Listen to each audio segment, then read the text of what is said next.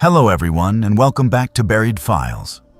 Tonight we bring you 7 deeply disturbing, true cemetery horror stories that will make you question what truly rests beneath the ground in America's oldest burial grounds. These are not fictional tales, but real encounters verified through death records, genealogical research, cemetery maintenance logs, and direct witness accounts. Each narrative has been carefully documented and cross-referenced with historical archives to ensure authenticity. The graves hold secrets that most people will never uncover, and perhaps that is for the best. The cemeteries we explore tonight contain evidence of unsolved crimes, inexplicable phenomena, and truths that the living were never meant to discover. If you want to hear authentic horror content drawn from verified historical sources that will keep you awake long into the night, subscribe to Buried Files and hit the notification bell so you never miss our latest investigations into the unexplained and the buried. After you listen to these disturbing accounts, we want to hear from you in the comments below about your own encounters with the mysterious or the unexplained. We want to know if you have experienced something that defied explanation at a cemetery or burial ground near you. Now settle in as the night grows darker, and we begin to unearth the stories that have been hidden beneath the soil for decades, some for centuries.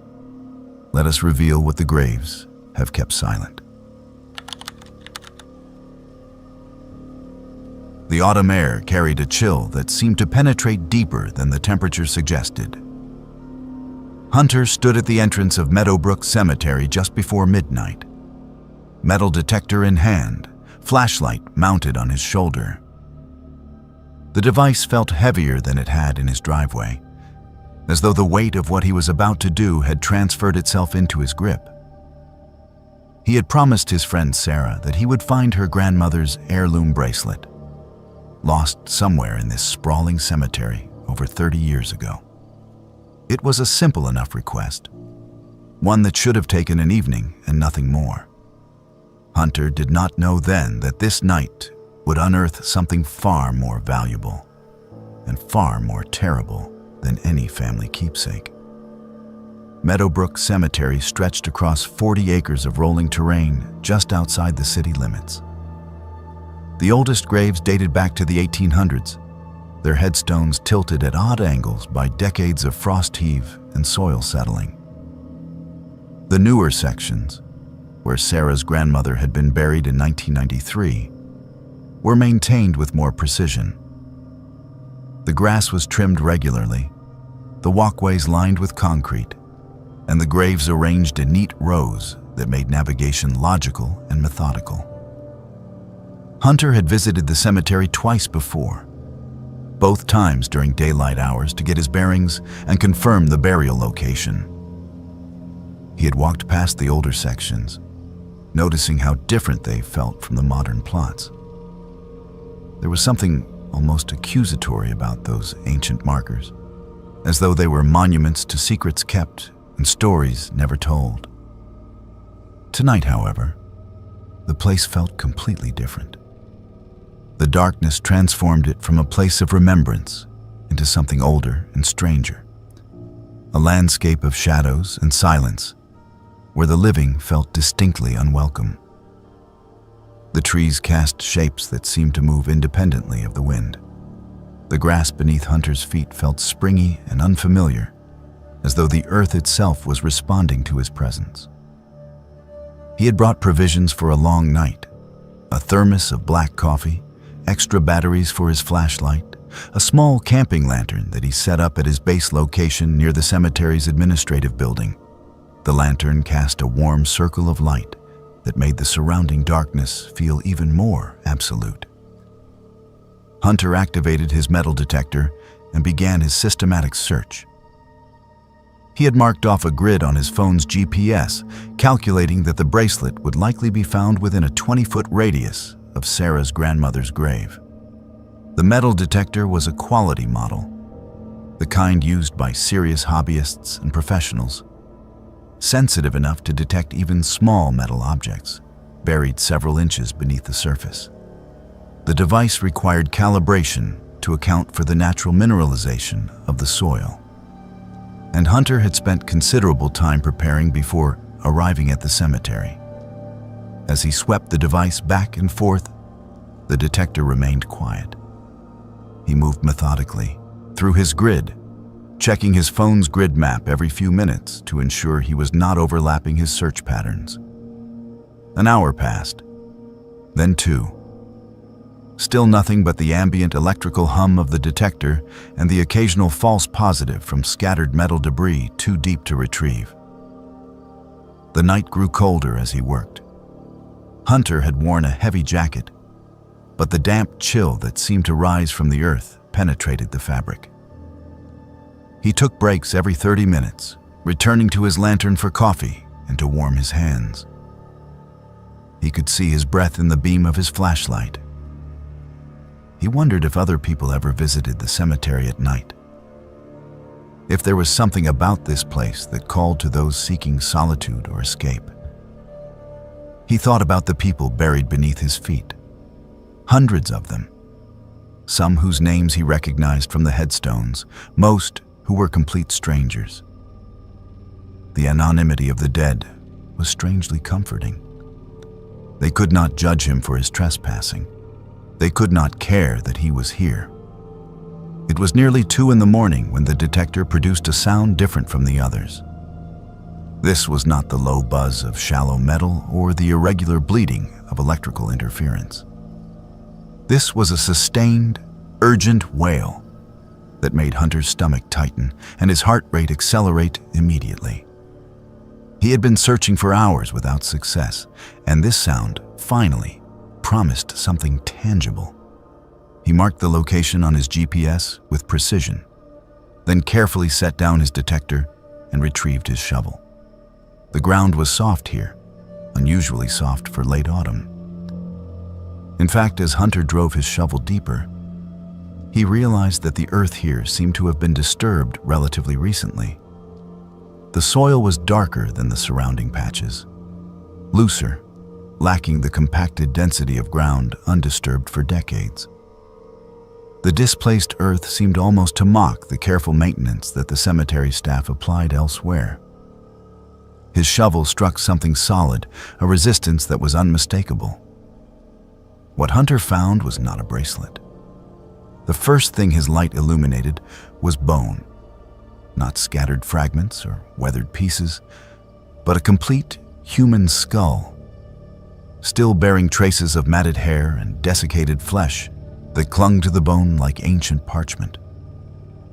Hunter dropped his shovel and stumbled backward, his mind struggling to process what he was seeing.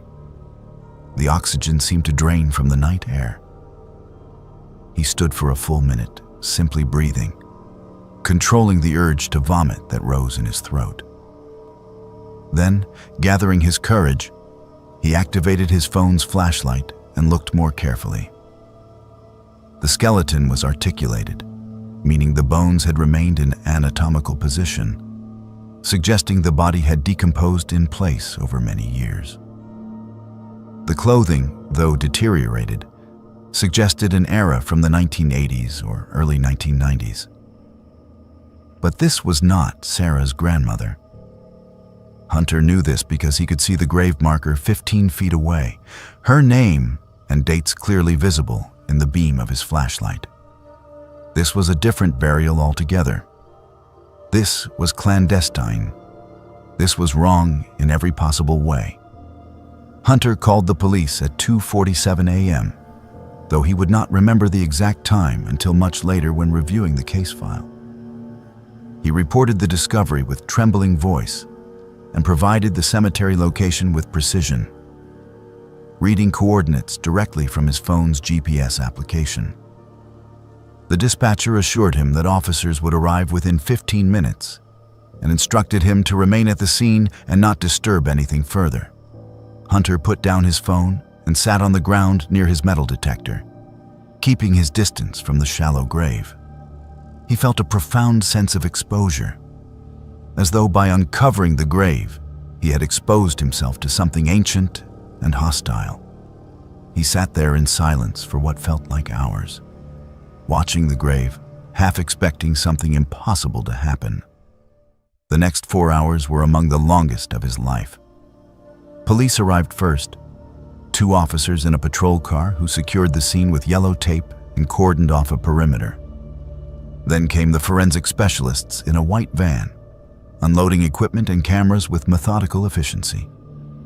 Photographs were taken from multiple angles. Evidence was collected in labeled bags. The soil was carefully screened to recover any artifacts or fragments. The skeleton was photographed in situ before being carefully excavated and placed in a body bag. Hunter watched from a distance, separated from the grave by the yellow tape barrier. He gave his initial statement to a detective, describing what had happened and why he was searching the cemetery at night. The dental records of the skeleton were pulled and cross-referenced by morning. The identity emerged within 6 hours of police involvement. The remains belonged to a man named Marcus Chen, reported missing in 1989. He had been a patient at a private medical facility located adjacent to Meadowbrook Cemetery, a psychiatric hospital that had operated since the 1960s and had closed in 2001. According to official records, Marcus Chen had died at the facility and been properly buried in Meadowbrook's medical section with appropriate documentation and death certificates filed with the county. Except those records were false. Marcus Chen was buried not in the medical section, which was carefully maintained and monitored by administrators, but in the older sections of the cemetery, in an unmarked grave located deliberately in the middle of a family burial plot, obscured by the legitimate graves surrounding it. The investigation that followed revealed much about institutional corruption and deliberate deception.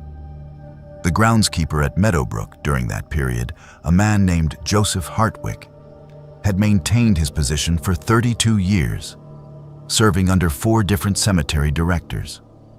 When confronted with the evidence during an interrogation that lasted 16 hours, Hartwick initially denied everything. But the forensic evidence was overwhelming and incontrovertible.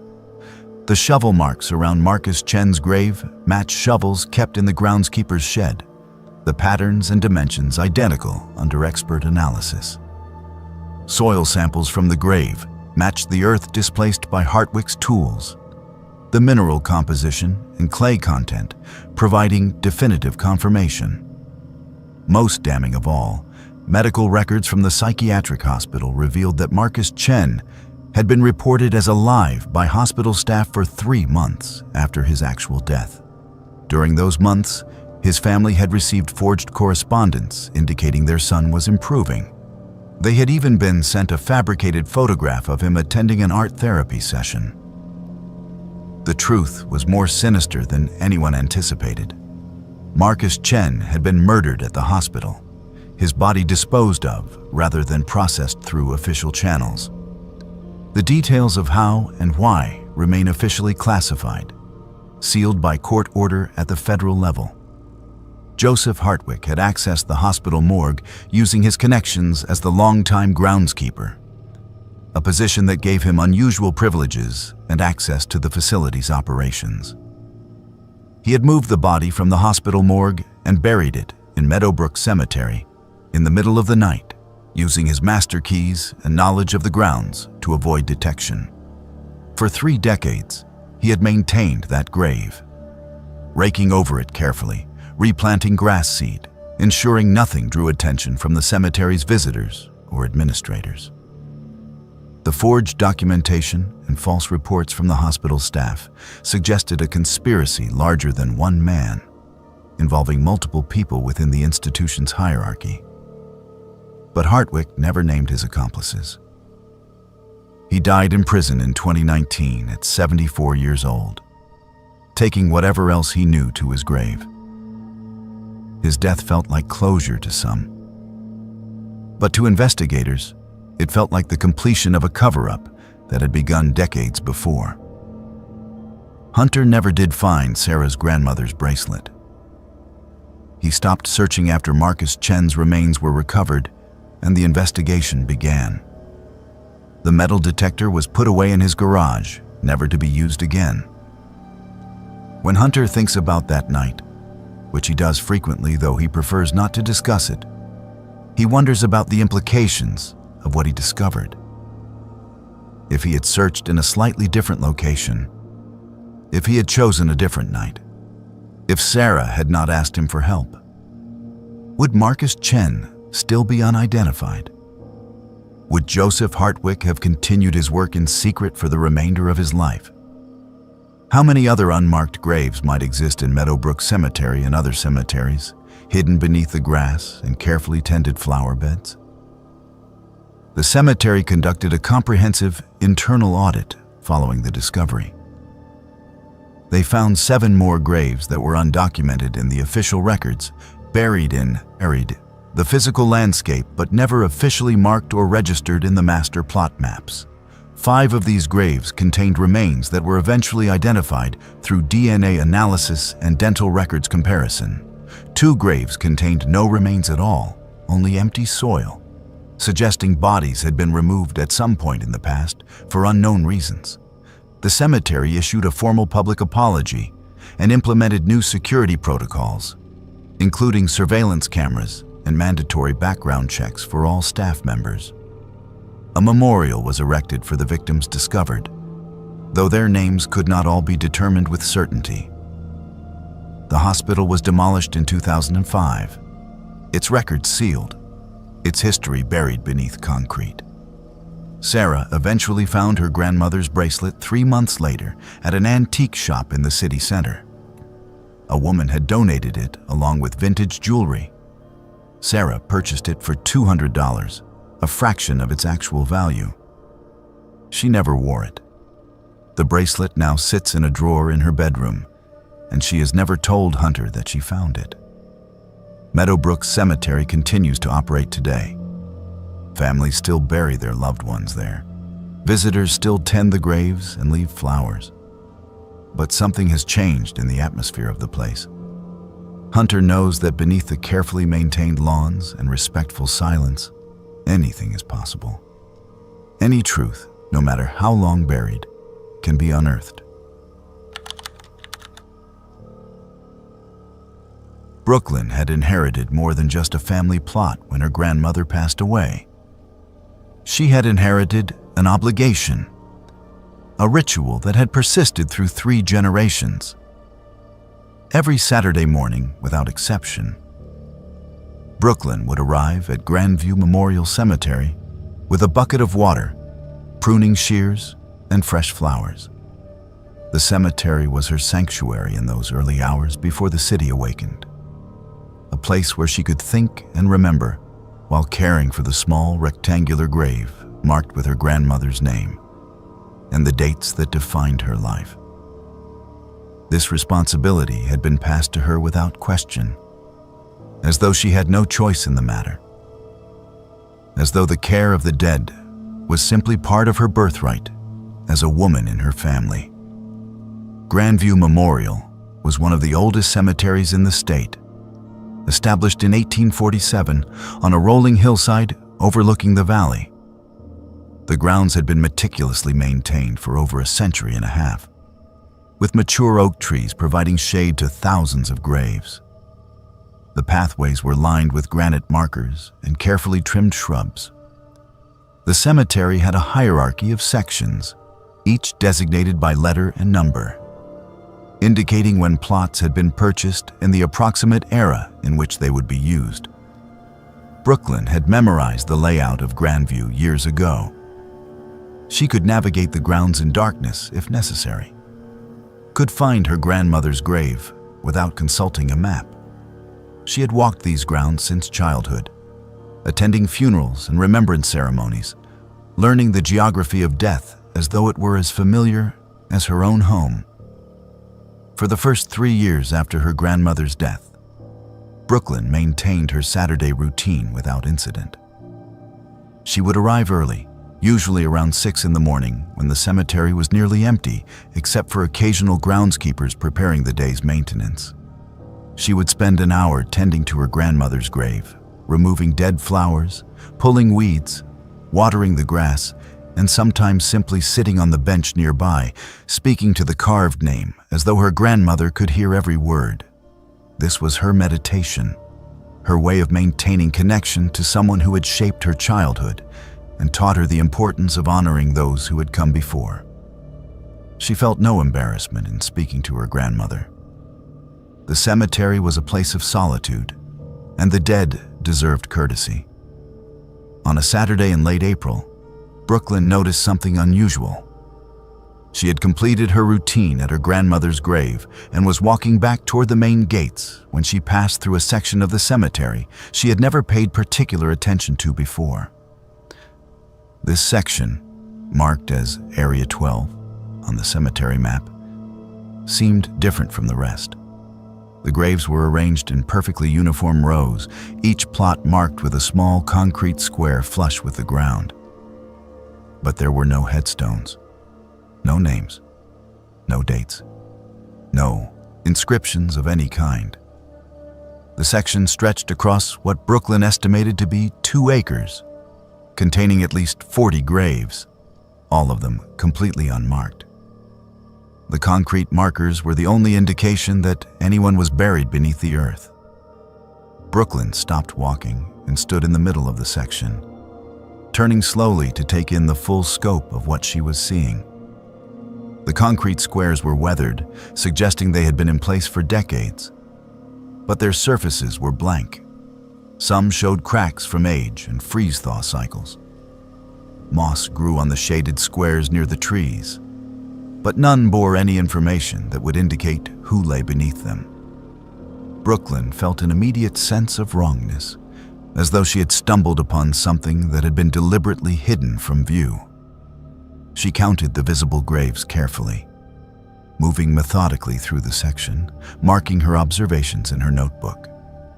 43 unmarked plots in the middle of one of the state's most prestigious cemeteries. 43 people whose names and identities had been erased from public memory. She did not mention the discovery to anyone that week.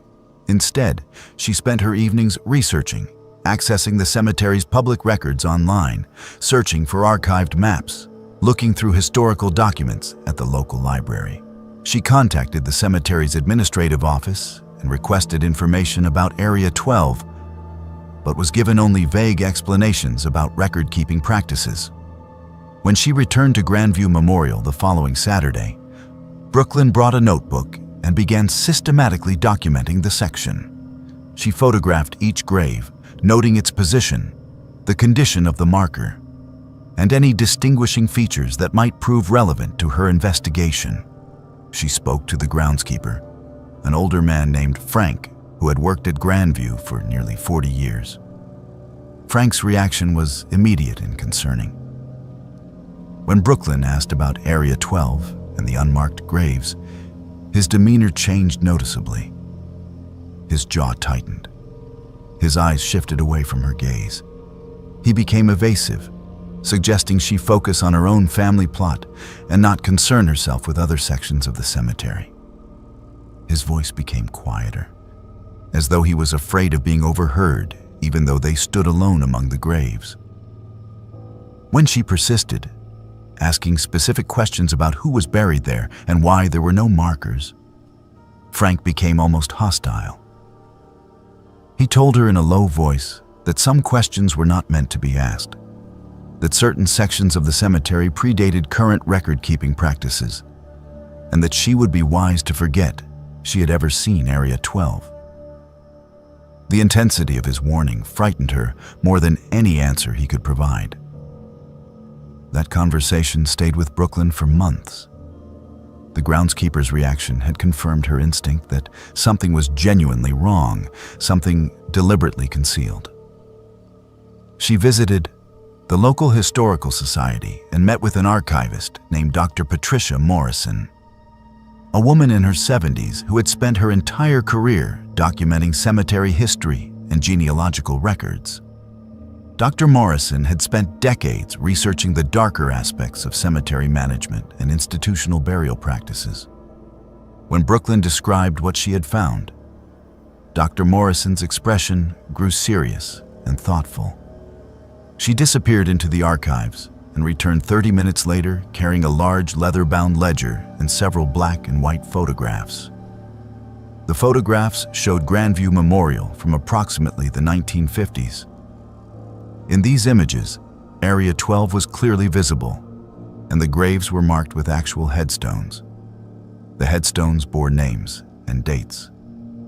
They looked like any other cemetery section, yet the names were unusual. Many appeared to be marked simply with single names: unnamed female, infant, unknown male, no identification. The dates ranged from 1935 to 1962. Some headstones were so weathered that the names were barely legible.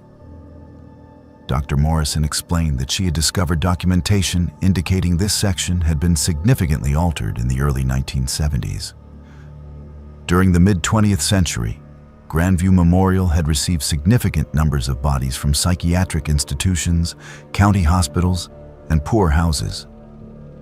These were individuals who had died without family to claim them, without resources to pay for burial, without documented identities.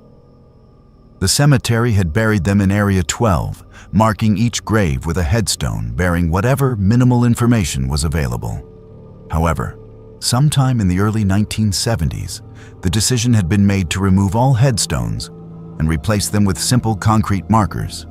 The official explanation in the cemetery records was that the markers were being upgraded and modernized. The truth, according to Dr. Morrison's theory based on years of research, was that the headstones had become an embarrassment to the cemetery and community. Anonymous graves are less visible. Unmarked graves are easier to ignore. Brooklyn spent the next 2 years investigating the history of Area 12 with increasing intensity. She filed public records requests, submitted genealogical queries to ancestry websites, contacted descendant organizations, and corresponded with historians specializing in cemetery preservation and institutional history. What emerged was a complex and troubling picture. The approximately 45 individuals buried in Area 12 had been transferred from a state psychiatric facility that had closed in 1965. Among them were individuals who had been institutionalized for decades, some since childhood. Many had family members who had never been notified of their deaths. Some had been buried under assumed names because their true identities had been lost in institutional records. A few had been transferred to the cemetery within days of admission, suggesting causes of death that had perhaps not been thoroughly investigated or properly documented. The most disturbing discovery came when Brooklyn located archived newspaper articles from 1963 and 1964. An investigative reporter named James Whitmore had written a 3-part series about conditions at the State Psychiatric Hospital, located only 3 miles from Grandview Memorial. The articles described overcrowding, insufficient medical care, physical abuse of patients, and an unusually high mortality rate among institutionalized individuals. The reporter had attempted to follow up on the story, but subsequent articles were never published. The newspaper's editors had declined to continue the investigation. The reporter left the newspaper 6 months later and moved out of state. His later work focused on entirely different subjects, as though he had been discouraged from pursuing investigations into institutional abuse. Brooklyn decided to act despite the risks she sensed. She contacted the cemetery director, a woman named Helen Ashford, and requested a formal meeting to discuss the history and status of Area 12. The meeting was tense and uncomfortable from the beginning. Ms. Ashford acknowledged that Area 12 contained unmarked graves from the mid-20th century, but insisted the cemetery had followed all applicable regulations and procedures. She stated that headstones had been removed due to vandalism and defacement, not for aesthetic reasons or to conceal the graves. When Brooklyn suggested the graves should be properly marked and documented, Ms. Ashford became dismissive, saying such an undertaking would be expensive, time-consuming, and would require significant research. But Brooklyn would not be discouraged. She reached out to local historical societies, preservation organizations, and genealogical groups throughout the state. She gave presentations about the unmarked graves, presented her documentation to community organizations, and published an article in the Regional History Journal that garnered significant attention. She discovered she was not the only person searching for relatives in Area 12. She made contact with 7 different families who had relatives buried there, individuals whose deaths had been largely forgotten, but whose absence had never been forgotten by their families. The pressure built gradually but steadily. The newspaper, prompted by Brooklyn's research and persistence, ran a historical feature about forgotten graves. Local historical organizations declared Area 12 a matter of community concern. Families requested assistance in properly memorializing their relatives. And then, unexpectedly, things changed significantly. After 3 years of resistance, the cemetery announced a restoration project for Area 12. They would conduct research to identify the individuals buried there, commission new headstones with proper names and dates, and create a dedicated memorial section honoring those whose deaths had gone unremarked for so long. The project would take 2 years and cost over $70,000. The funding would come from cemetery resources, grants from historical preservation organizations, and donations from families seeking to memorialize their relatives. Brooklyn attended the dedication ceremony when the project was completed. On a warm autumn day, approximately 50 headstones were unveiled in Area 12. Each bore a name, birth, and death dates, and often a simple inscription reflecting the lives of those buried beneath.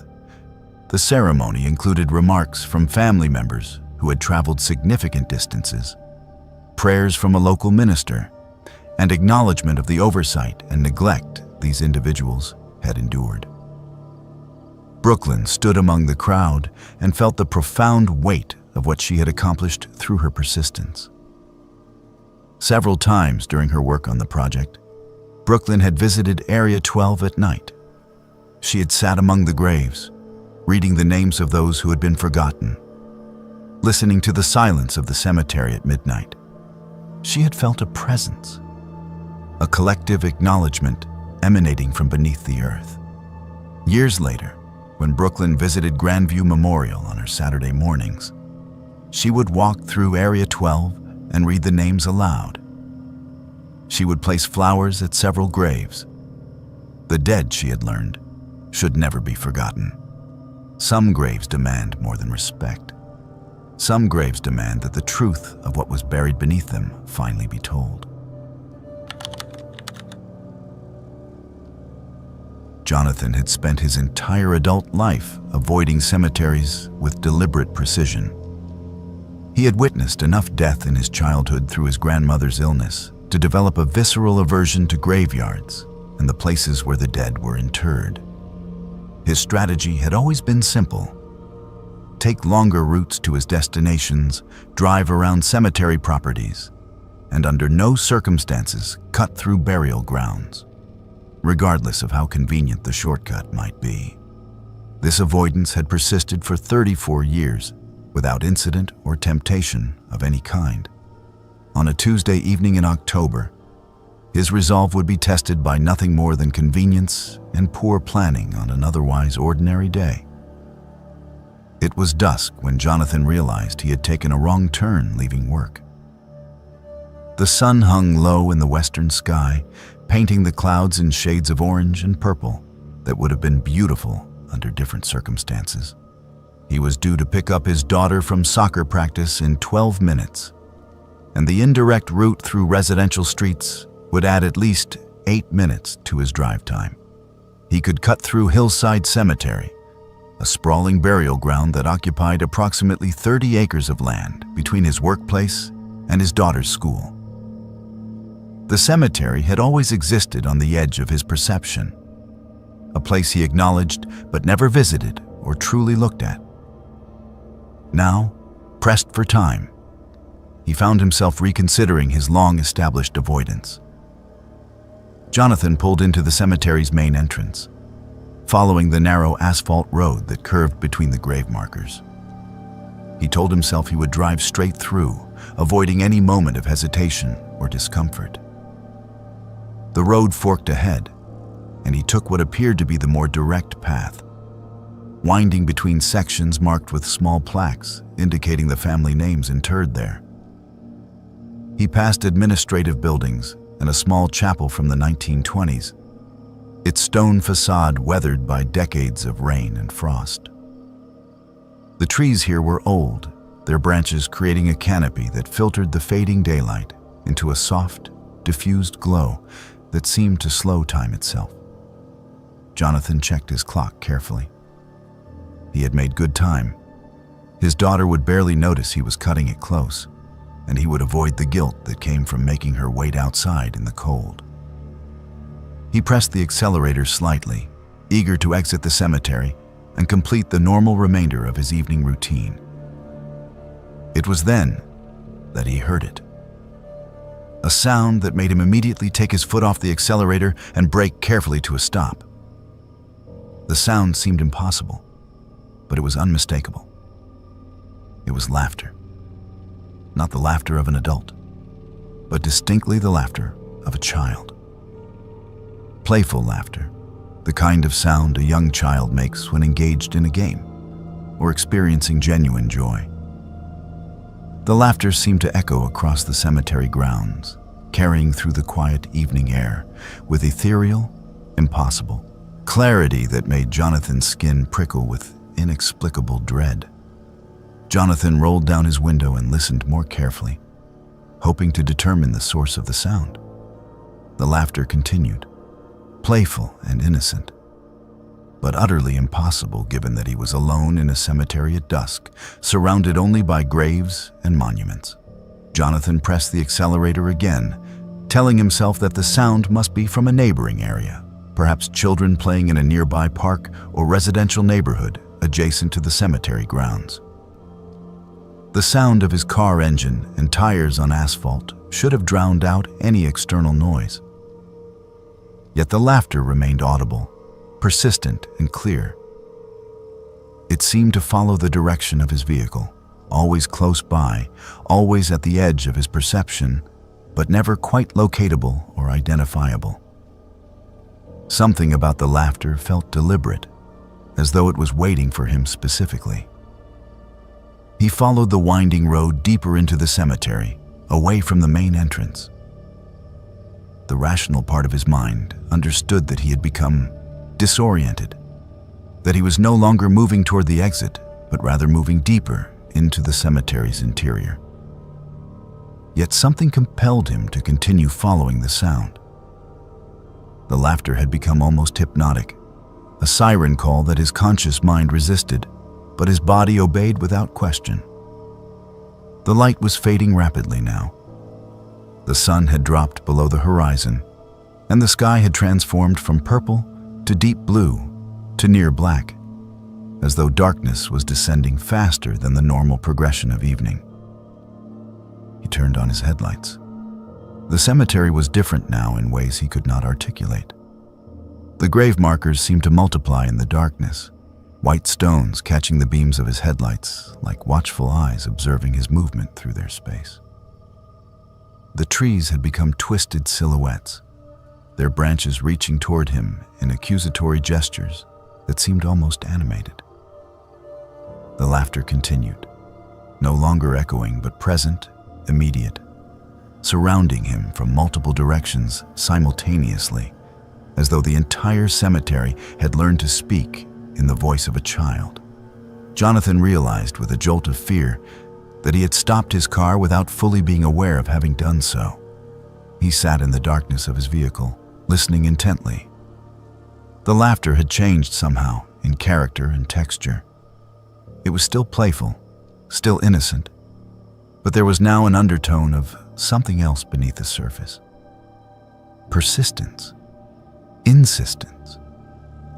A quality that suggested the laughter was not mere sound, but a form of communication, a deliberate attempt to draw him somewhere specific. Against every instinct that screamed at him to flee, Jonathan got out of his car, leaving the engine running and the headlights burning.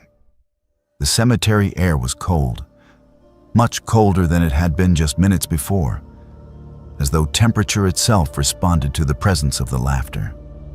His breath became visible, in small clouds, as he stepped away from the protection of his vehicle. The laughter continued, and now Jonathan could determine a rough direction with increasing certainty. It seemed to originate from somewhere northeast of his position, deeper into the older sections, where the grave markers were small and close together, packed densely to contain as many brief lives as possible. The section for children, he realized with growing certainty. A dedicated section for infant burials and child graves, marked with small stones and often decorated with toys and flowers left by grieving parents. Jonathan walked toward the laughter, aware on some level that he was making a terrible mistake, but incapable of stopping himself. The grass was wet from recent rain, soaking through his work shoes and dress pants, moisture seeping into his socks. Grave markers caught his feet repeatedly, nearly tripping him multiple times as he navigated through the darkness. The laughter grew louder as he approached the children's section, becoming almost manic in intensity, shifting from playful to something more desperate and urgent. And then, abruptly, it stopped completely. Jonathan stood in absolute silence. The laughter had ceased entirely, leaving only the sound of his own rapid breathing and distant hum of traffic beyond the cemetery walls. He stood in the middle of the children's section, surrounded by small stones and weather-beaten markers that had endured decades of weathering and neglect. In the beam of his phone's flashlight, he read names on the nearest markers. Sarah Chen, 1903-1907. Thomas Mitchell, 1925 to 1926. Mary Louise Garrett, 1910-1911. Children, dozens of children, buried here over a century, their brief lives marked by small rectangles of stone meant to testify to their existence. Jonathan turned in a complete circle, surveying the graves around him with growing horror and fascination. And it was then that the laughter began again. But this time it came from a different source entirely. It seemed to emanate from beneath his feet, rising from the ground itself, coming from beneath the earth where these children had been buried more than 100 years ago. The laughter now had a desperate quality to it, a hunger that had been waiting more than a century for someone to finally acknowledge its presence. Jonathan stumbled backward, his rational mind completely overwhelmed by the impossible reality he was experiencing. He ran, his careful, deliberate movements abandoned in favor of pure survival instinct. He crashed through the darkness, his phone's flashlight bouncing wildly, illuminating fragments of gravestones and churned earth. The laughter pursued him, seeming to come from every direction, as though the entire cemetery had begun laughing at once, a chorus of children's voices crying out simultaneously. He burst from the children's section and found himself on the cemetery road. His car was still there, waiting with its headlights burning like eyes in the darkness. Jonathan dove into the driver's seat and started the engine without closing the door. He accelerated rapidly along the winding road, his hands shaking so badly that he could barely maintain control. The laughter followed him, but gradually it faded as he approached the main entrance. By the time he passed through the cemetery gates onto the public road, the sound had vanished entirely, replaced only by his engine roar and pounding heart. He was 7 minutes late picking up his daughter. She complained for 45 seconds about waiting in the cold, then was occupied with talking about her day and friends. Jonathan drove on autopilot, responding with vague acknowledgments while his mind remained trapped in the cemetery. Jonathan researched Hillside Cemetery the following morning. He found archives and historical records, The cemetery had experienced significant increase in burials during the 1920s, coinciding with an influenza outbreak. Dozens of children had died and were buried in the section he had stumbled upon. Some graves were unmarked, the children's identities lost to time. Among the documented deaths was a specific tragedy. On October 15, 1922, a fire in a local orphanage claimed the lives of 15 children. All 15 were buried in Hillside Cemetery in a mass grave. The fire was officially attributed to faulty wiring, but investigation was limited. Jonathan never returned to Hillside Cemetery. He added extra minutes to his commute rather than risk cutting through again. But he would not forget what he had heard. Late at night sometimes, when he was alone in his house, he could swear he heard the echo of that laughter. Other people had heard the laughter too. Jonathan discovered through online paranormal forums that multiple individuals over several decades had reported identical experiences. The sound of children laughing, always at dusk, always leading people deeper into the cemetery, always ceasing when witnesses reached the children's section. Some described it as playful, others as desperate. A few described it as hungry, a trap set by entities desperate to communicate with the living and be acknowledged by the world above. Jonathan sometimes wondered if his willingness to listen had satisfied whatever presence inhabited that place. He wondered if the laughter had been reaching out to countless people for decades, finally finding someone willing to pay attention. He wondered if by bearing witness and conducting research, he had somehow honored those children who had died so long ago, restoring their memory to the world. What Jonathan could not explain was why, on certain autumn evenings when the sun hung low and the air grew cold, he swore he could still hear that laughter, not pursuing anymore, but accompanying him.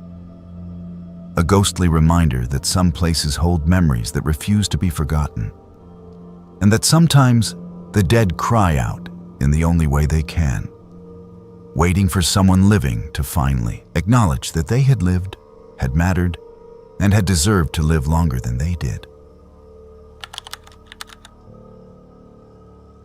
Skylar never considered herself superstitious. As a graduate student in anthropology, she sought answers in the quantifiable details of bone, soil, and stone. Her approach to life, like her approach to research, was defined by evidence and the slow perseverance of observation. Yet even the most rational mind can be disturbed by the weight of old places and older secrets. And on a luminous August afternoon, Skylar would find herself questioning everything she thought she knew about history, fear, and the power lingering beneath the surface of the earth. The Blackwood Cemetery lay in a forgotten corner of a rural township, hidden by a dense overgrowth of maples and towering black oaks. It was one of the state's oldest graveyards, established in 1774 and the resting place of settlers, soldiers, and those for whom no one remained to tend or weep. Skylar had come to Blackwood in pursuit of a thesis topic, armed with a field journal, camera, and an affinity for forgotten things. She was supposed to document burial customs from early American settlements and compare them to modern practices. Her advisor had encouraged the project, believing that rural cemeteries, untainted by urban renewal, would yield fascinating insights into the evolution of ritual and memorial. The gate into Blackwood was half collapsed, iron splinters in the bramble. Skylar slipped inside, pausing to adjust to the change in air, a stillness deeper than any absence of sound. The grass, tall and wild, brushed her thighs as she moved up the main path. The stones sat at odd and ancient tilts, names worn away by centuries of rain and lichen. The modern cemetery, she thought, was nothing like this. She felt, for the first time, as though she was trespassing not merely on property, but in time itself. She began her documentation at the southern edge, photographing each stone, making rubbings, sketching the oddities she found. Graves marked with willow trees, Greek columns, obelisks leaning drunkenly in the dusk. The air held the scent of loam and decay, broken only by the sweet, medicinal aroma of crushed wild mint. Occasionally, Skylar would murmur notes into her phone about plot arrangements or peculiar carvings, quietly filling her data folder for later. It was 3 hours in and nearly dusk when she found it. The smallest, most isolated grave in the oldest section. The marker was of local granite. Unlike the others, it bore no name, only a carved image. A skull, deeply incised, but facing away from the path, turned toward the earth itself. The face of the stone, the front, was blank. Only by circling it did Skylar see the carving pointing resolutely toward the woods. She felt a prickle at the base of her neck. Centuries of symbolic language for death. But this was different. Deliberate, almost defiant. She crouched beside the marker, photographing every angle, and began to dig in the soft dirt at the stone's base, not a grave robbing, but a careful scraping to search for historical artifacts undisturbed by centuries. About 2 inches down, her trowel hit something solid.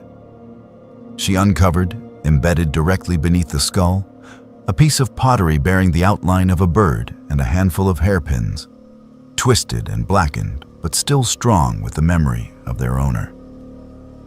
Curiosity turned scholarly. Skylar documented her find and returned the earth to its place. She consulted her field notes, recalling that local folklore had once blamed the region for witchcraft. The documentation was sparse. Stories of women who had brought the rot to crops, livestock deaths, children's illnesses, all attributed to malice made manifest. Centuries earlier, accusations of witchcraft had traveled with settlers from Europe, finding new scapegoats in the New World. The light faded completely while Skylar worked, and she found herself lingering near the reversed skull. Her phone buzzed, the battery waning. She packed her bag, cast one last look at the stone, and started down the path. She had not gone far before she realized she'd left her camera behind, sitting by the strange marker. She retraced her steps, growing uneasy as the woods seemed to swallow the last bits of daylight.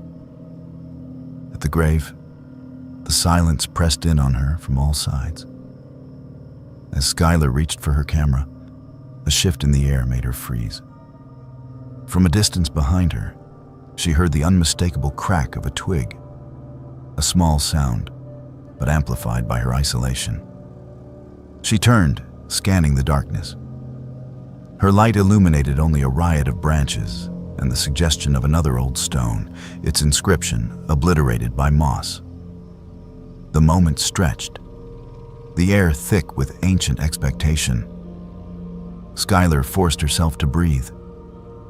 She gathered her composure and began to walk again, this time not caring that grass clung wetly to her jeans, that thorns scratched her skin, that she was trespassing on some intangible threshold. She only paused once, and then only because the wind seemed to twist around her, bringing with it a whispering that was not quite words, but something close, something pleading. She left the graveyard in darkness, driving the hour home with hands shaking, her camera on the seat beside her. That night, Skylar barely slept, haunted by the sense of having been marked by her encounter. Her dreams swirled with images from her research, skulls and birds, hairpins blackened by time, stones rotating under unseen hands. The next day, Skylar returned to her research. She combed local archives, digital manuscripts, and town records.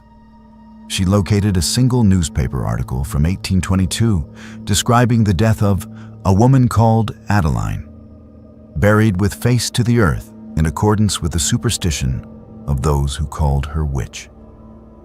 Skylar pieced together timelines, tracing generations of misfortune for the families associated with the grave's vicinity. Unexplained accidents, livestock deaths, fires.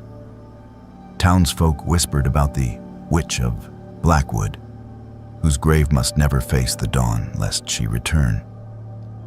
The graves nearby, Schuyler noted, all faced east. Only this one defied the rising sun. Days later, she returned to the site, determined to document the stone's orientation more precisely. This time she brought a compass, measuring from the edge of the marker to the cardinal points. As she worked, an older woman approached along the path, walking with careful steps and a heavy wooden cane.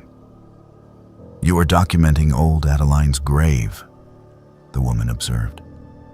"My grandmother always told me she cursed those who disturbed her rest. The stone, it is turned to warn the living not to look back." Schuyler introduced herself, careful to present her purpose as respectful.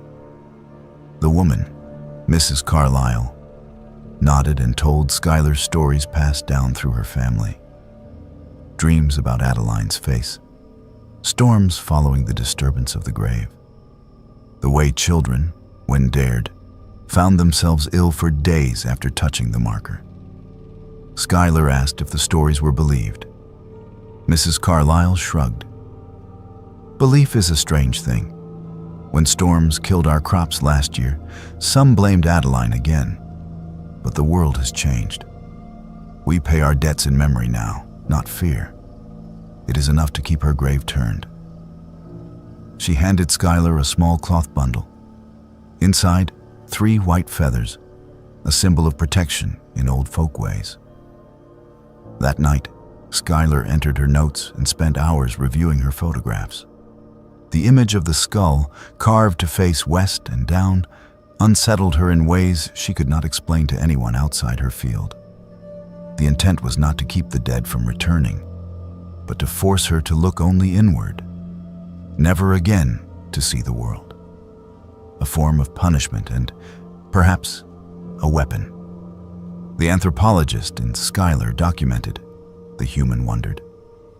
A week later, the local historical society approached Schuyler to assist in a restoration of the oldest graves. She recommended they preserve the skull marker exactly as it was, warning them of the tales and local customs she had learned. Though she shared her research, she kept her deeper unease to herself.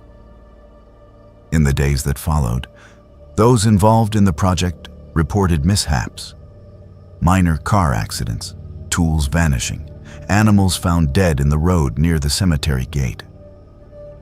When word spread, a few older residents insisted that the stone must not be moved, that to rotate it or remove it would bring back old troubles. Bowing to local sentiment, the restoration preserved the grave as it was, unmarked and unaltered. Schuyler was invited to speak about her findings at the Regional Historical Conference. Her talk, Orientation, Ostracism, and the Social Control of Women in Early Rural Cemeteries, was well received. But she noticed a distinct chill when she described the legend of Adeline. A few local children in attendance wouldn't meet her eyes. One left the room, pale and shivering. Yet science demanded closure, and on her last visit before publishing her thesis, Schuyler returned to Blackwood. While photographing, she noticed a new circle of small stones carefully arranged at the grave's west-facing edge. An act of quiet preservation or warning, she could not be sure. She left a feather from Mrs. Carlyle's bundle, compelled by custom and gratitude, and promised herself she would respect the town's mysteries. But that night, as thunder swept over her house and wind battered her windows, Schuyler dreamed she stood again behind the reversed skull, staring into blank stone until, at last, something in the dark turned to face her. She awoke gasping, her mind rational, yet her body trembling with a fear centuries old and impossible to explain. People who spoke with Schuyler afterward recalled that she remained changed, more curious yet more careful, as though she had glimpsed a warning meant for all who think the past is silent.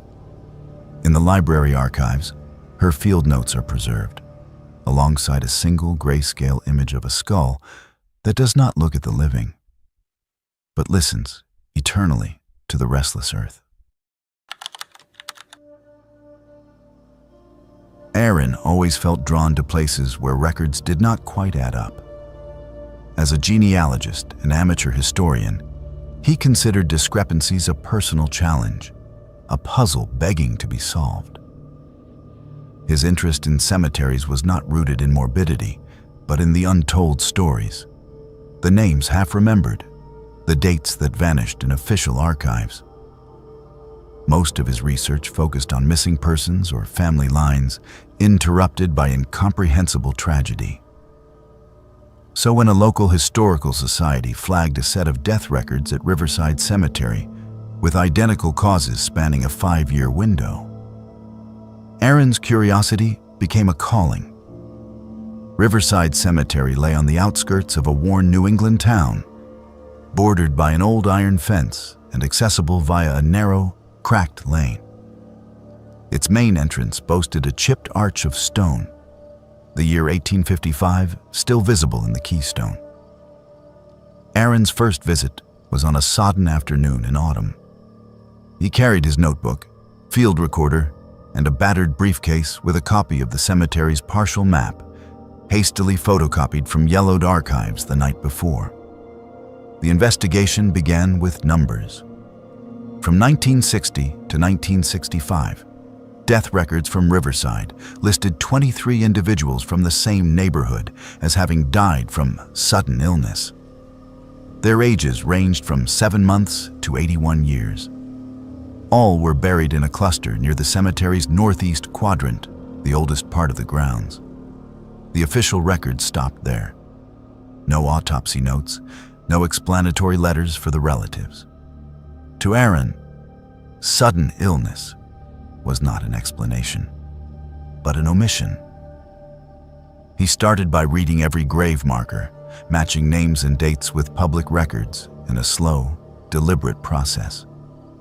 He cross-referenced death certificates, referencing city directories, family Bibles when he could find them, and the brittle minutes of city council meetings. Most importantly, he interviewed surviving relatives. Some remembered little. Most were children at the time, and the deaths had faded into family legend. Grandparents lost to bad luck, children gone without warning. But when Aaron probed deeper, he discovered that these families had lived on the same street in houses built in the late 1940s as part of a post-war housing boom. It was here, as he mapped out each relative's original address, that the odd pattern became painfully clear. The houses were clustered around the site of a chemical spill, one that was never properly cleaned by the manufacturing company responsible. The more Aaron learned, the more he realized this was less a cluster of coincidental tragedy than the aftermath of a cover-up. Aaron re-examined the graves. Some had fresh flowers, polyester thread faded beneath the sun, left by descendants who had never learned the truth. Others were marked only by the scrawl of time, stones sinking into the soil, names lost to lichen and rain. He took detailed photos of each, setting out to build a case that could catch the attention of forensic researchers and environmental historians alike. The break came through interviews with the town's oldest residents. An elderly man named Frank, whose sister had died in the same period, agreed to talk. Frank, stooped but shrewd, remembered rumors from childhood. Strange men in unmarked vans, pets dying suddenly, water that turned the color of rust. He recalled the fear that children would fall ill if they played near the creek, a warning parents repeated but never explained. Frank's narrative, corroborated by a handful of surviving neighbors, gave Aaron a map of the time. The chemical spill, the denials of local government, the hurried burials. With enough circumstantial evidence, Aaron took the investigation to the state's medical examiner office. he requested permission to exhume several of the bodies for new autopsies, citing both public safety and historical integrity. The process was complicated and met with resistance from cemetery officials and some family members, troubled by the idea of disturbing their ancestors' rest. But after months of paperwork and negotiation, the permits were granted for 7 exhumations. The exhumation day arrived on a gray, windless morning. Technicians in standard coveralls brought scientific equipment, and a small crowd of townspeople gathered out of morbid curiosity. Aaron felt the weight of responsibility. These families, these histories, relied on careful work and respectful hands. As the graves were opened, Aaron and the forensics team took samples: hair, nails, bone, and soil. The lab results, weeks later, confirmed what Aaron suspected and feared. Significant levels of extremely toxic substances, mercury, arsenic, and dioxin, all byproducts of the chemical plant, were found in multiple bodies. The conclusion was irrefutable. These people had died from repeated environmental poisoning, not natural causes. More troubling still, several bodies showed signs of exposure in the months leading to death, meaning the contamination had been ongoing, not a single event. The confirmation of homicide by poison reached the state attorney general's office. Litigation began against the now defunct chemical manufacturer, which had been swallowed up decades earlier by a multinational conglomerate. Investigators pored over old records, unearthed letters, and depositions. It became a battle not only for accountability, but for recognition. The right of families to know, at last, why so many of their members died before their time. As the investigation progressed in public view, Aaron became the reluctant spokesman for a slow-burning tragedy. He was interviewed by newspapers, appeared on regional news, and led historical tours through the cemetery, mapping out the story for curious visitors. Some accused him of stirring up trouble, of desecrating the dead for fame. Others thanked him for the truth, however bitter. But it was not over. When Aaron scanned through cemetery records for further clues, he found several other clusters. People who had died from unnamed illnesses, always after a local event. A pesticide trial, a new treatment plant, a flood. He realized these events were not isolated, but instead threads in a vast, dark tapestry of local history. As winter arrived, Aaron made regular visits to Riverside Cemetery. One morning, after a cycle of freezing rain, he noticed someone had placed fresh flowers at the plot of a young boy named Samuel, who had died in 1962. Aaron met the mourner, a woman, Samuel's younger sister, who explained in halting words that her mother had never forgiven herself for letting her son play near the polluted creek. "The pain never goes away," she told Aaron. "But now I know it was not our fault." Aaron's research made one final, haunting discovery. 2 graves inside the same poisoned cluster contained no remains, only stones and, chillingly, 2 empty coffins buried in haste. The cemetery record simply read, "Unidentified, presumed child." Family interviews and city birth records suggested these were the bodies of children who had gone missing during floods and whose remains were never formally identified. They had been presumed dead and given symbolic burials by families desperate for closure. Late at night, Aaron found himself dreaming of the cemetery. In dreams, he walked the rows of poisoned earth, the tombstones whispering secrets as wind stirred the decaying leaves. Sometimes, he would hear voices, children's laughter, the cries of mourning mothers, chants for justice. He awoke each morning exhausted, weighed down by the enormity of truth and the impossibility of returning the dead to life or restoring to the living the peace they had been denied. Despite the closure brought by identification, the investigation became a wedge in the community. Lawsuits against the chemical company divided the town, some arguing that the living deserved restitution, others desperate to protect the legacy of a now defunct employer that had once provided livelihoods for generations. Aaron watched as neighbors stopped speaking, as old friendships were eclipsed by bitterness exposed by long-buried truths. Yet still he worked, determined that history could not be allowed to close over the scars. His office filled with letters and family Bibles, photographs of the lost, and thank you cards from people who never knew they needed what he had uncovered. In the spring, the town dedicated a new memorial at Riverside. 7 granite stones for the identified victims of the poisoning, engraved with names, birth and death dates, and a short inscription: "Let truth be told. Let memory serve." Aaron spoke at the dedication, his words measured and clear, even as tears welled. He told the crowd that memory alone was not enough, that justice required acknowledgement as well as remembrance. That night, alone beside the memorial, Aaron looked up at the sky and listened to the wind moving through the trees. He felt hope, mourning, and responsibility intermixed, a legacy carried forward by the living on behalf of the dead. Still, the cemetery held secrets. One day, while walking the furthest edge near the old iron fence, Aaron tripped on a half-buried stone. When he unearthed it, he found a child's shoe and a rusted locket. Inside the locket was a photograph so faded as to be almost ghostly, an image of a young boy standing by the same iron fence, sunlight in his hair. Aaron filed the locket in the town archives, and the photograph became both a riddle and a benediction.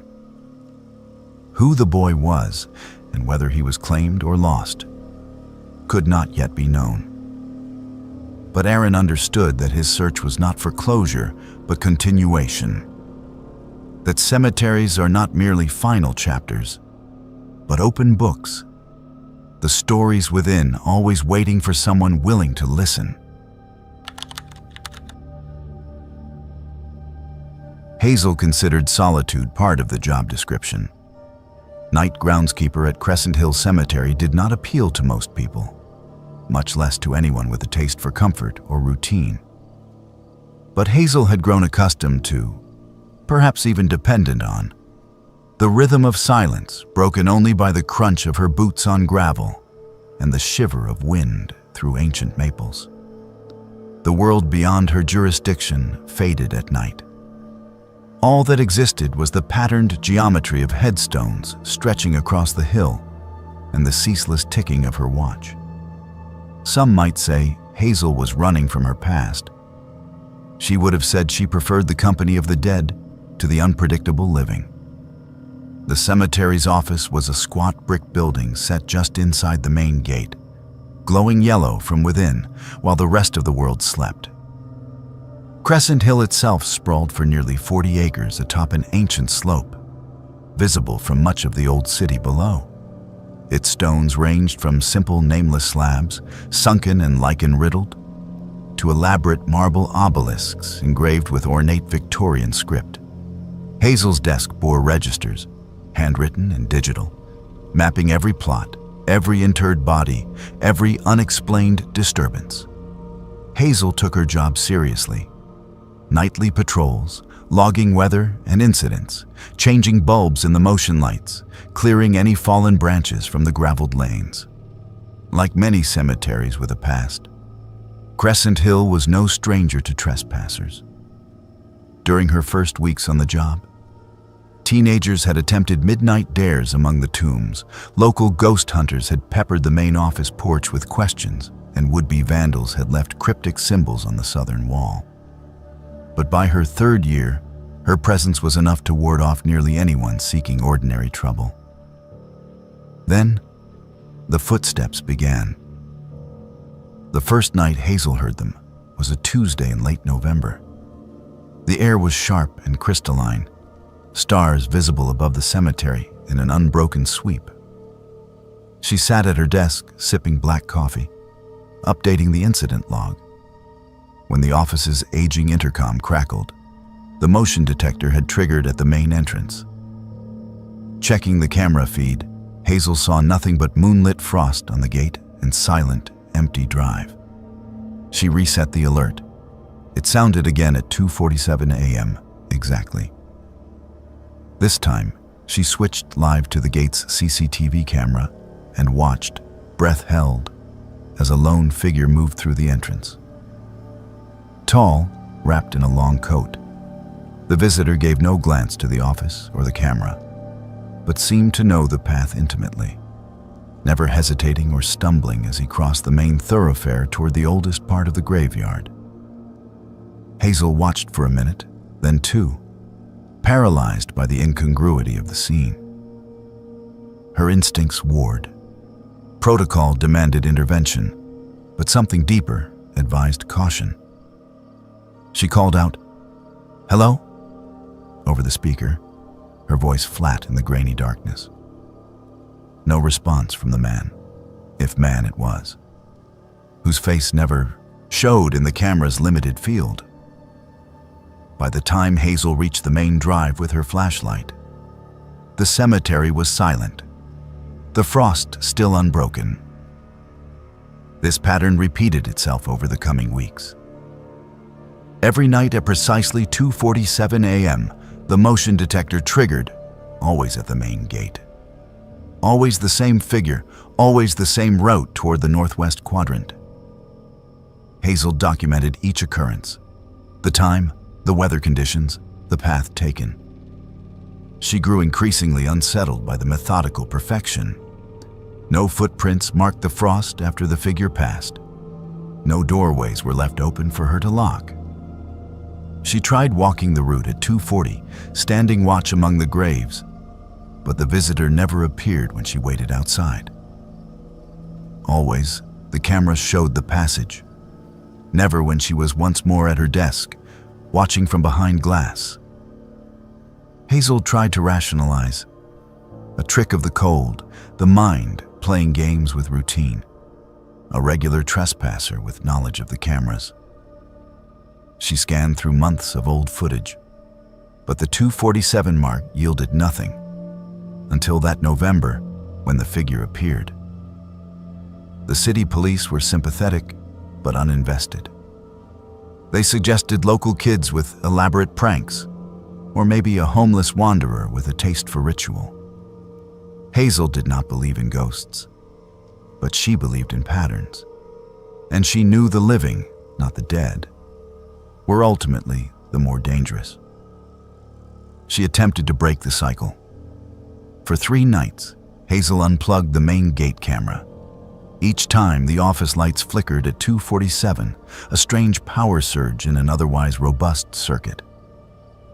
One night, her laptop crashed precisely at the minute the routine should have unfolded. When it restarted, the system log showed no memory usage for the missing interval.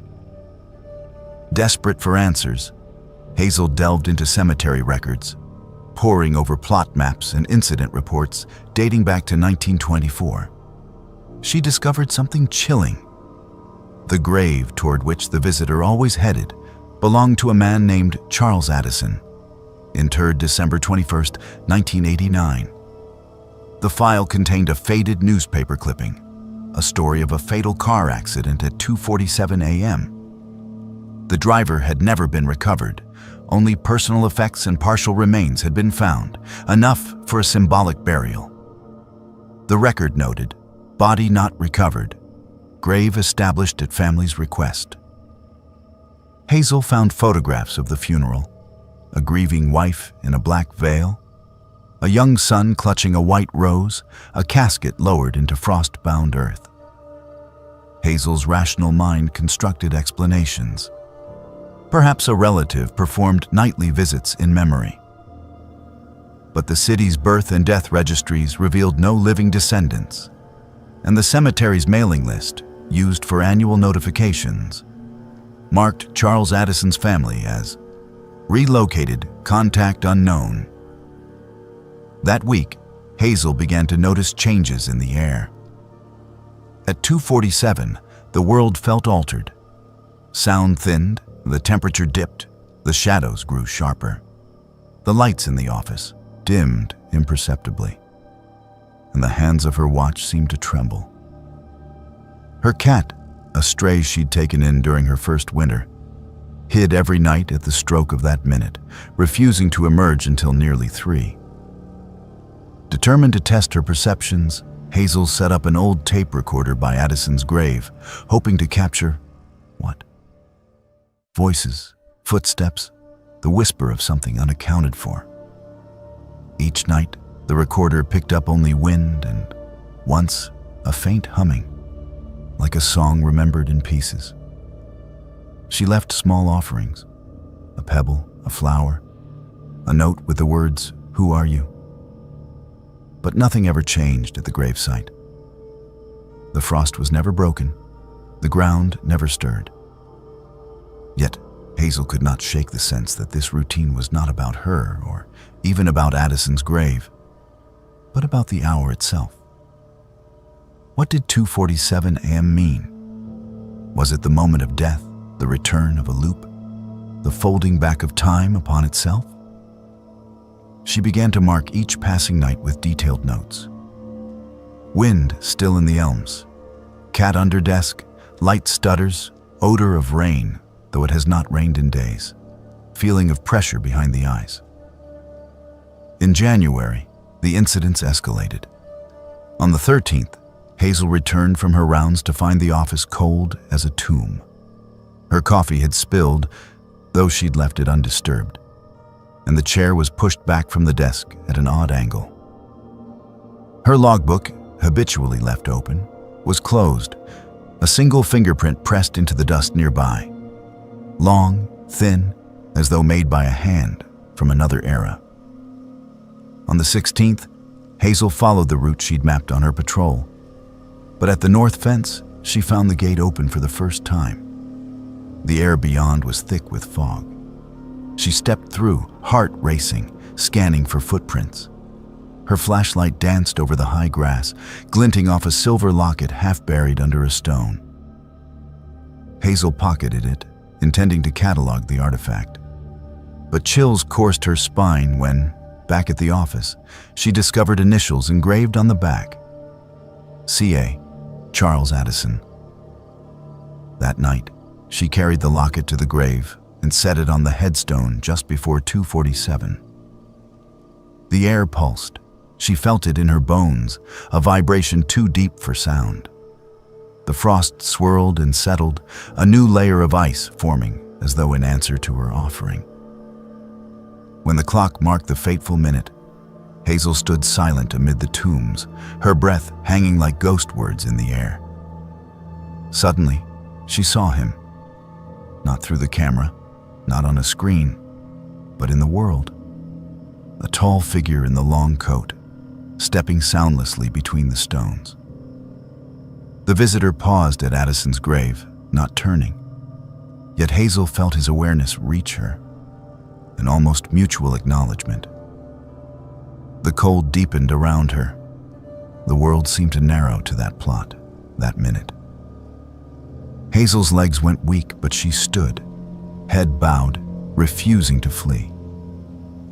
The figure knelt, placed one hand over the locket, and whispered words Hazel could not hear but felt.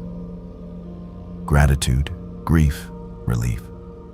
Then, as the clock's minute hand moved past 2:48, the figure faded, not vanishing abruptly, but dwindling as fog dissolves at dawn. After that night, Crescent Hill changed. The nightly 2:47 disturbance never returned. Hazel kept the footage, the log entries, and the locket, which she found back at her desk the next morning, cold as the grave, but dry. She wore it as a charm, unsure if she acted out of superstition or reluctant respect. In time, Hazel shared her experiences with a fellow groundskeeper, a friend named Paisley, who split the shift on weekends. Paisley did not scoff, but listened carefully, then recounted tales of her own. Strange footprints seen in snowfall, lamps flickering dim blue, the feeling of invisible eyes at her back. Hazel became Crescent Hill's unofficial historian. She cataloged every unusual event, ghostly or merely odd, leaving careful records for her successors. She installed new cameras with clearer lenses, updated the system to keep full logs, and made sure to report even the smallest anomaly in the incident book. Residents and families noticed the change, claiming the cemetery now felt more peaceful, less charged, the air lighter, as if something long bound had finally been set free. Hazel never sought publicity, never shared her story on ghost hunter forums or with journalists seeking true tales of the haunted night. Still, when new employees asked about Crescent Hill's oddest legend, she only cautioned, "Respect the hour. Some visitors do not come for the living." Years later, after Hazel retired, the Midnight Visitor became local legend, a tale whispered among new staff on stormy nights, a warning to respect the boundaries between duty, the living, and the presence of those who, for reasons knowable only at the edge of time, return for a ritual, a memory, or unfinished grief. Thomas believed that history was truth, but as caretaker of the Ash Grove family cemetery, he often doubted whose truth the land actually remembered. Most people in Ash Grove County saw the old burial hill as a place of trees and memories, a place to honor the dead and let the past rest. For Thomas, whose family had tended the graves for 5 generations, cemeteries were more than silence and ritual. They were archives of secrets, betrayals, and confessions written in the language of stone and soil. He never imagined he would become the keeper of one confession that refused to stay buried. Ash Grove Cemetery was old, even by local standards. The oldest graves, slate tablets eroded to anonymous gray slabs, stood in a southeast corner beneath sagging pine. Each year, weather and time claimed more of their surfaces, erasing names but never the presence of the residents beneath. Thomas spent every autumn clearing leaves, mending the wrought iron fence, cataloging each stone in a battered leather journal first kept by his great-great-uncle, Abraham Sanford. His routine stayed unbroken for years, until winter fell, and the chain on the west gate snapped in a storm. As Thomas patrolled the untouched section, where newer family members had been laid to rest in recent decades, his flashlight caught something strange on a crooked stone that leaned outward from the hillside. It was a simple marker, tall and narrow, with the family name Weatherly on the face and birth and death dates, 1873, 1931. What stopped Thomas was not the name, but the invisible thread of oddness tugging at his subconscious. He brushed away a lattice of ivy, revealing a fine seam where the back of the grave appeared slightly separated from the main stone. Puzzled, Thomas circled the marker, never expecting to find what he did. Carved into the back, hidden from view for almost a century, was an inscription, shallow but legible. It read, "I am not buried here. I am hiding. T.W., 1931. A chill crept down his spine, the freezing wind biting at his jacket. Thomas traced the message once, not daring to let his fingers linger. It was as though someone had pressed the truth directly into the stone, certain no living soul would read it. That night, Thomas found sleep impossible. He lay awake in his grandfather's old house by the edge of the cemetery, replaying the moment he touched the inscription. I am hiding. Was it a joke, a desperate plea, or something darker? The next morning, over black coffee, he searched the Sanford journals, flipping through brittle, yellowed pages for mention of T.W. or any rumor about the Weatherly plot. His grandfather's entries offered little beyond routine notes about burials and an odd warning from 1932. Sanford Sr. had written, "Do not investigate the Weatherly inscription. Some stones conceal what the living cannot bear. Let it rest. The words inked in looping cursive haunted Thomas. He resolved, against the advice of the Yao ancestors, to learn more. Weeks went by. Snow layered the graves in thick drifts. Thomas's research at the town library yielded only the basics. Timothy Weatherly disappeared in June of 1931, never found, presumed dead. His burial was a formal affair, a closed coffin attended by the county's most prominent families. The newspaper suggested he had been killed en route to his trial for the murder of a local merchant, but no body was ever produced. The consensus among townsfolk was simple.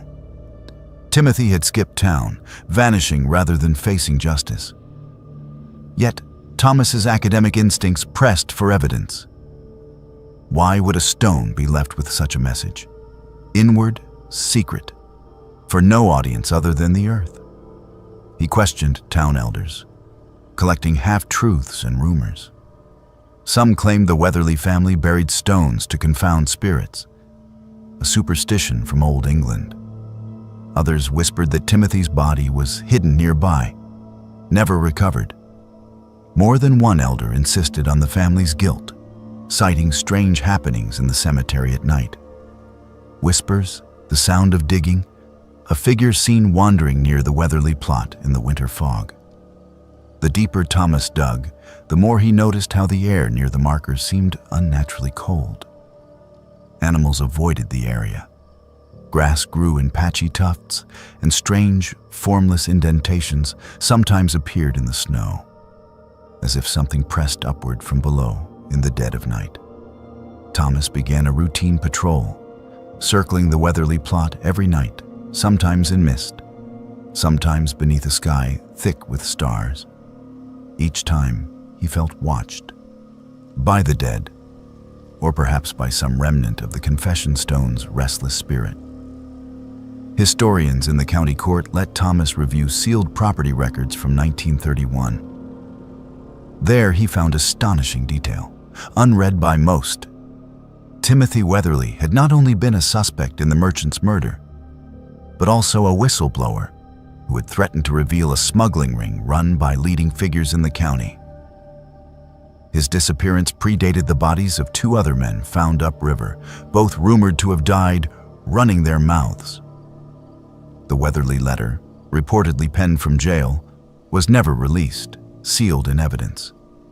The case, officially solved, was quietly forgotten. As winter turned to spring, Thomas spoke with Hazel, an old friend who studied regional folklore and haunted places. Hazel listened as Thomas recounted what he had found, the confession, the strange events by the grave, the patterns of death and silence surrounding the Weatherly name. She suggested that Thomas record everything, down to the smallest detail, as a way of separating fact from suggestion.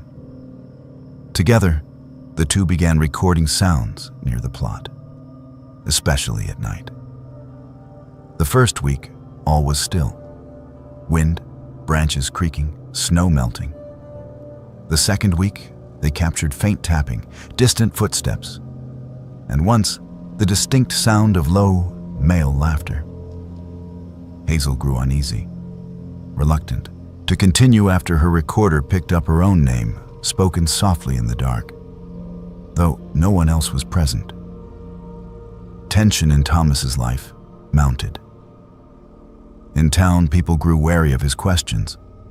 Someone left a dead crow on his porch, a note tucked under its wing. Dead men tell no tales, nor caretakers. The local historical board discouraged further probing of the Weatherly records. Undaunted, Thomas continued, convinced that history demanded truth, even if no one in the living community cared to hear it. He contacted a forensic geologist from the university, who agreed to test the soil around the Weatherly plot for signs of tampering. The report revealed traces of disturbed ground as recently as the 1980s, but nothing deeper. No evidence of a recent, clandestine burial. A ground-penetrating radar survey hinted at a hollow beneath the grave, a small rectangular void that did not match any official records. It could be an old vault, or it could be nothing. Thomas resolved to wait until the anniversary of the disappearance to see if anything returned.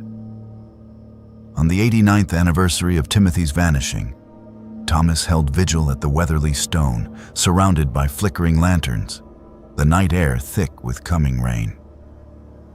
Midnight passed, heavy and expectant.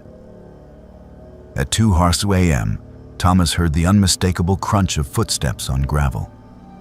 A shadow detached itself from the gloom, lingering near the confession stone. Heart thundering, Thomas called out for the visitor to show himself, voice echoing among the stones. A figure materialized, a man of indistinct features, built like the Weatherly men in the old portraits. He appeared both there and not there, the outline of longing and regret woven through rain and half-light. The man nodded at Thomas, then knelt before the stone, pressing his forehead to the earth. With a shudder of cold, wind whipped through the trees, carrying the words not written, but nonetheless inscribed. Do not forget me. Not all who are accused are guilty. Light dawned through clouds. The apparition faded, and Thomas found the grass pressed flat where the figure had knelt, moistened with tears or rain or both. He pressed his palm to the stone, swearing to record the story, no matter the cost. In the months that followed, Thomas published his research and his journals in the county paper. Though some dismissed it as fancy, others came forward. Descendants, neighbors, secret witnesses, ready to tell their family tales. Several long-lost letters emerged, confirming Timothy Weatherly's innocence. He had been set up, marked for death, and buried in silence because powerful men believed some truths should stay hidden forever. The confession stone stood as a mark of that injustice. Thomas's writing changed how locals viewed the cemetery, a place not just of endings, but of questions demanding answers. Visitors made pilgrimages to the Weatherly plot, leaving flowers, feathers, and handwritten notes.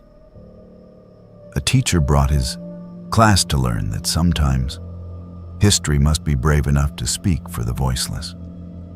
Thomas, watcher on the hill, became a legend in his own right.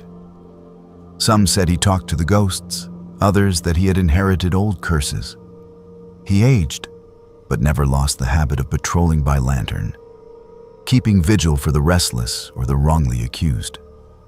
The confession stone, scarred by weather and time, remained upright, its message fading only as the truth took root in living memory.